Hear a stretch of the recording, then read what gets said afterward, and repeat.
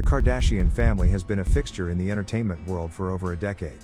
They've appeared on countless TV shows, in magazines, and in countless other media outlets. They've become a part of the culture, and their fame has grown exponentially. But one thing that has people talking is the fact that the Kardashian sisters have been dating black men for the past few years. From Kanye West to Travis Scott, the Kardashians have shown that they're not afraid to date outside of their own race. I've seen a lot of threads and comments posted regarding the Kardashians heavily fetishizing black men, and going out of their way to exclusively have biracial children, minus Kourtney. Even Kendall herself tends to only date biracial NBA players. And African American, and now a Latino artist? But I wish the same smoke was held for black men that also fetishize white women and other women of color. This is a big deal. It's not just the fact that the Kardashians are dating black men, but it's the fact that they are doing it so openly and publicly. It's a statement that they are comfortable with their own identity and they are not afraid to show it. It's also a statement to the rest of the world that love is love and that race is not an issue when it comes to love and relationships. This is an important message, and it's one that more people need to hear. I've seen a lot of comments and videos of black men publicly condemning black women that speak out against white women who fetishize them, telling us that it's because white women and other non-black women find them desirable, which is obviously problematic because there is a difference between finding someone attractive and then also being attracted to their genitals. A lot of black celebrities had no problem dating the Kardashians, especially knowing how desperate Kim was for fame, after her funny business tape, because after Ray J, she dated a lot of black men in the industry, including The Game, Nick Cannon, and Reggie Bush. Reggie Bush's wife looks so similar to Kim and she's also fully Armenian. There are a number of black men that love the idea of having biracial children and fetishize them just like how white women do. When Khloe made those comments about fetishizing black genitalia, it was women, mainly black women, that spoke out against her comments and black men were silent on it. People feel sorry for Kanye for marrying into the Kardashians when he was the same guy that openly lusted after Kim since 2003. He's a grown man who knew what he was doing despite being warned by those in his circle. Kanye West proposed to Kim Kardashian in the most romantic way. It was a cool, crisp evening in October 2013. Kanye and Kim were in San Francisco for a performance and were having a romantic dinner together at a restaurant overlooking the Golden Gate Bridge. As they finished their meal, Kanye got down on one knee and presented Kim with a 15-carat diamond ring. He declared his love and asked her to marry him. Kim, of course, said yes. The couple celebrated their engagement with a fireworks show over the bridge, and the moment was captured on film by paparazzi. It was a beautiful, romantic moment, and one that will always be remembered by fans of the couple. But now the couple is divorced and is with his new wife Bianca. I remember when the Kardashians were starting to become popular around 2010, people would brag about how Kim has the body of a black woman but looks more exotic. Preference becomes racism, once it becomes objectification. It's time to understand why we think the way we do today about race, and we have to start from a complex and often misunderstood topic. It has been used in the past to justify racism and other forms of discrimination. The movement was led by presidents of elite private institutions like Harvard, Yale, and Stanford, and also at public universities like Michigan and Wisconsin. Eugenics. Eugenicists championed ideas of racial superiority. For them, the Nordic race, that is, people from Northern Europe, like Anglo-Americans, was the master race. Accordingly, they regarded Africans, Asians, and even Southern and Eastern Europeans as inferior. They believed the immigration of these groups to the US should be curtailed. The Nordic race will vanish or lose its dominance, renowned Yale professor and economist Irving Fisher warned in 1921. Eugenicists were anti-diversity. They considered immigration and racial mixing a threat. Beyond teaching eugenics on campus, 376 American colleges were offering courses on the subject by the late 1920s. These academic leaders and their followers worked hard to take eugenics ideas mainstream, and did so with considerable effect, according to Harvard Magazine. The Kardashians have been a part of the debate on eugenics due to their large family size. They have 6 children between them, and their decision to have a large family has been criticized by some people as a form of eugenics. However, this criticism is misguided. The Kardashians have made it clear that they are not advocating for eugenics, but rather for more inclusive family planning policies. They believe that every family should have the right to decide how many children they want to have without judgment or criticism. The debate on eugenics is a complex one, and it's one that must be had. We need to look at the ethical implications of the practice, and consider whether or not it is something that should be encouraged. Elements of the American eugenics movement were models for the Nazis, whose radical adaptation of eugenics culminated in the Holocaust. The United States took eugenics and ran with it, making it part of mainstream society. Shockley, you are accused of having a theory that is a white racist theory. How do you respond to that? Well, I respond to that by saying that I've considered whether or not I am a racist. Racist is an epithet that used to damage my self-esteem, but it doesn't anymore. I feel it's untrue. If you look in the dictionary as to what racist means, it means emotional feelings, irrational feelings associated with fear and hate. If I really had those, I don't think I would be here this evening.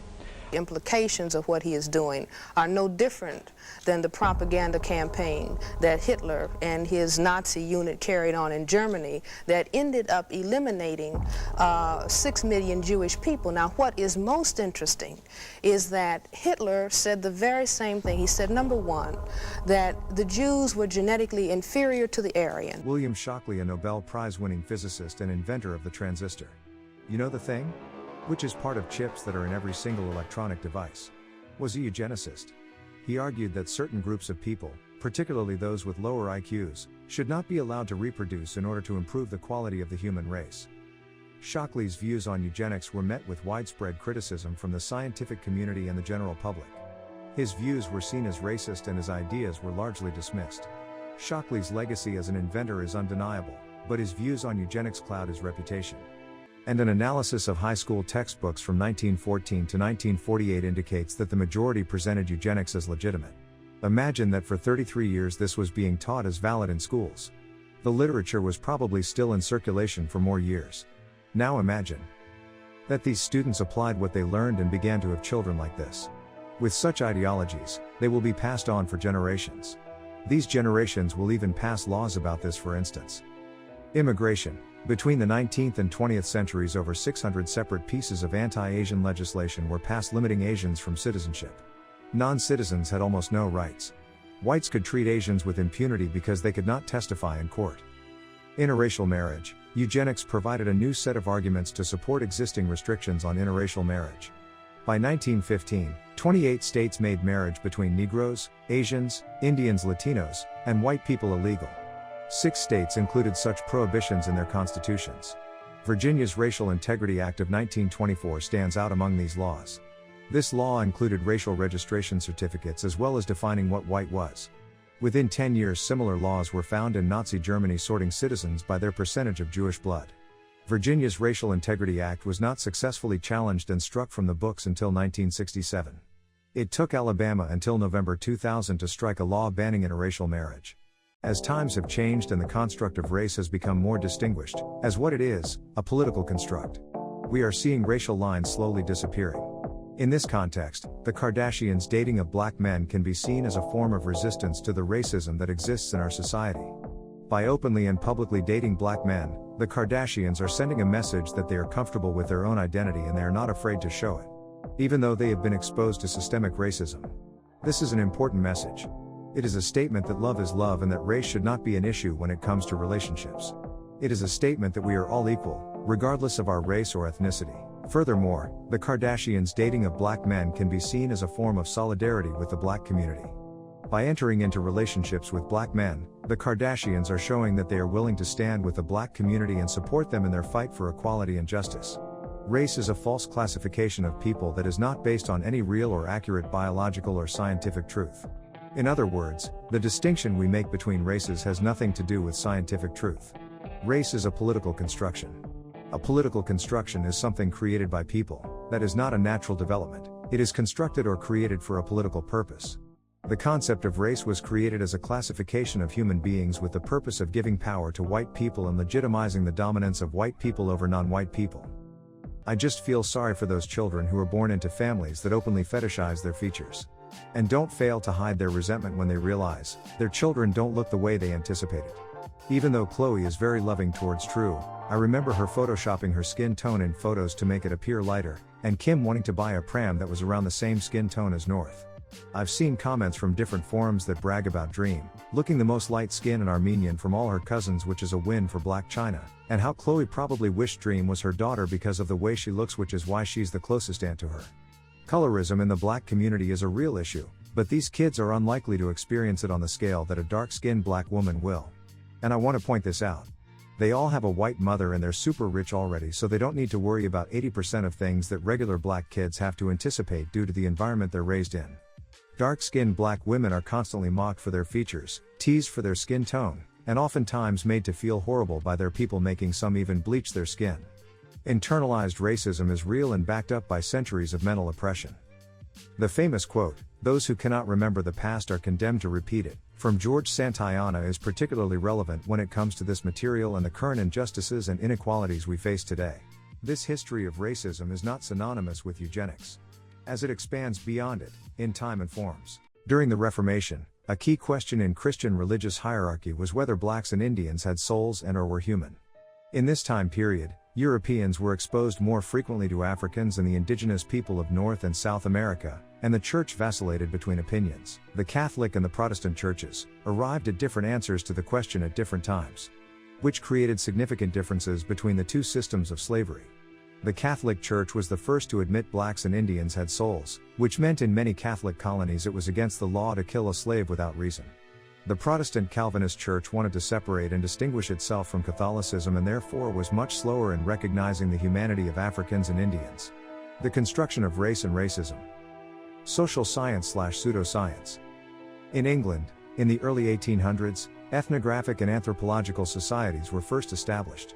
Not only did the amount of scholars and thinkers multiply, but they were also increasingly in conversation with each other and focusing on similar themes, such as what happens when races meet and mix.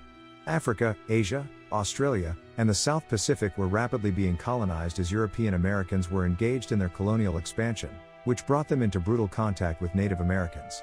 As a result of colonization, Native people around the world were disappearing. In the most extreme cases, found in Tasmania, an island south of Australia, in the late 18th and early 19th centuries, Tasmanians were literally wiped off the face of the earth, while the Maori population of New Zealand was reduced by more than half in a period of a few decades. Their extinction was in large part due to disease. European thinkers were fascinated by this, particularly due to the lack of understanding of the role of germs, viruses, and bacteria. Science as a justification for racism. During the 19th century, Darwin published On the Origin of the Species, 1859, his book documenting the process of evolution. Darwin believed in a natural order to the development of species. The weak die off and the strong survive. Although the evolutionary theory is not racist, philosophers and social scientists use Darwin's theory in pseudoscientific ways to justify genocide and racism. This thinking was later called social Darwinism and had brutal implications. In 1864, W. Winwood Reade, an esteemed member of both London's Geographical and Anthropological Societies, published his book called Savage Africa. He ended the book with a prediction of the future of the black race. England and France will rule Africa. Africans will dig the ditches and water the deserts. It will be hard work and the Africans will probably become extinct. We must learn to look at the result with composure.